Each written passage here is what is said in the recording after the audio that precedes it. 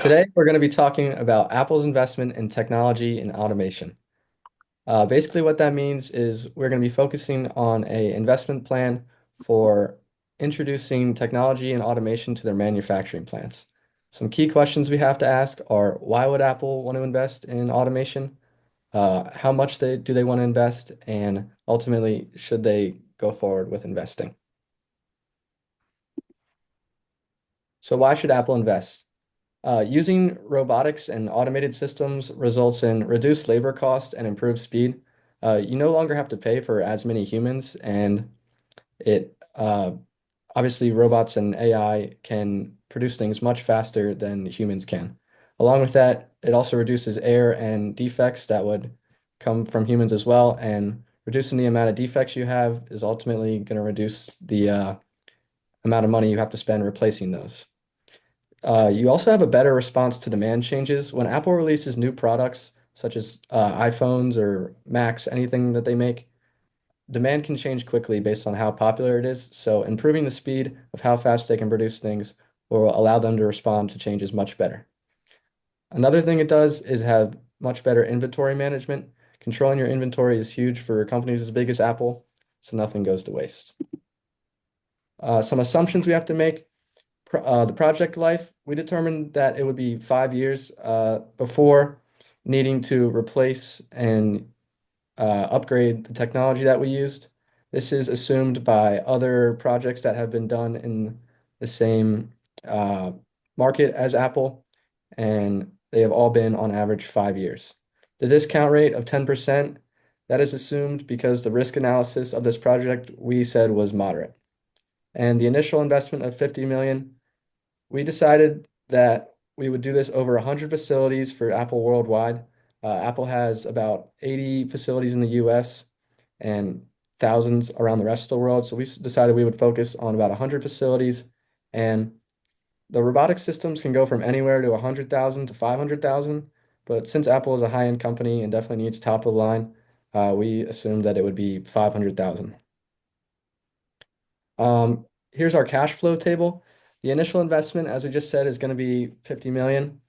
In year one, uh, labor cost savings and efficiency gains results in 11 million in cash flow. This is estimated from expected reduction in labor hours and faster production. Year two, we're going to have 12 million in cash flow. Again, this is just continuing increased productivity, reduce defects. They're all going to play a factor in this. Year three, 14 million. This is again the same kind of thing, assumed ongoing operational improvements. Year four, again, sort of the same thing, increased operational efficiency, estimated from continued reduction of waste, downtime, and errors. And then year 18 is again along the same thing, and then the salvage value is expected to be 2 million. All of these numbers are basically just assumed from percentages of, again, other projects that have been done in the same industry, and we kind of just calculated based off the return that is expected. For capital budgeting analysis, this kind of shows our inputs and outputs for calculator calculations for the net present value. Our initial um, investment would be that 50 million as you see there, and then our payments throughout the years as it goes on. For our discount rate, we used Apple's weighted average capital cost of capital, which we valued at about 10%, which was kind of in that moderate range. Right now, they're sitting at around like a 9% annual weighted average cost of capital. Um, we got for our NPV would be 1,472,000 393, which shows that we would make, on top of our initial investment, we'd make over $1.4 million back. And then we got an IRR of 11.05, which is larger than our discount rate, which kind of shows that we should move forward through this project. It really shows great return and even higher than we initially wanted. Mm. Then we did a sensitivity check just to see what would happen if we changed any number through our calculations. So we increased our discount rate to 12%. We saw the NPV actually drop to a negative amount with being $1,154,000. We saw the IRR go below 10%. So this showed that a small increase in our initial um, investment would really hurt us, and that us choosing a 10% discount rate and the initial 500,000 was a ideal um, kind of estimate for us. And it showed that this investment really kind of worked out for us to take, and it seemed like it made sense for us to kind of go forward through this um, investment. Appreciate Then, for yeah, Drew.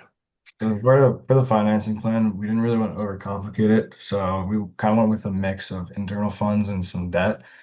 The internal funds we think like retained earnings are the easiest to use because there's no interest. But at the same time, if you don't use too much of your own cash, or so sorry, if you do use too much of your own cash, you kind of limit how much the flexibility the company has day to day.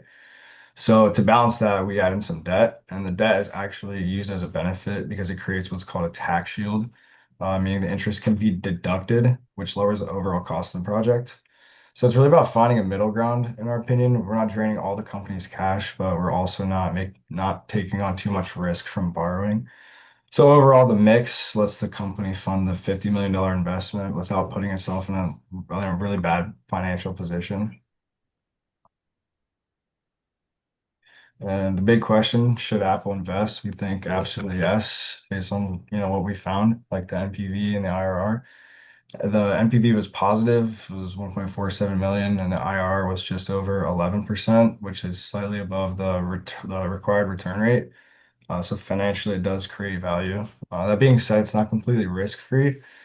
When we increased the discount rate to 12%, the NPV did turn negative, so that tells us the project is kind of sensitive to changes in interest rates or the economy. But honestly, since Apple is such an established company, we don't really think it's a huge concern, and it's definitely manageable.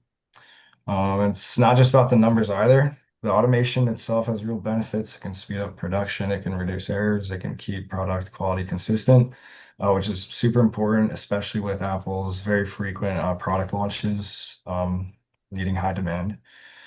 And since the financial plan is balanced, it supports taking on this project without too much risk. So overall, when you put everything together, the finances, the strategy, and the risk that's manageable by Apple, we think it's a really solid investment for them.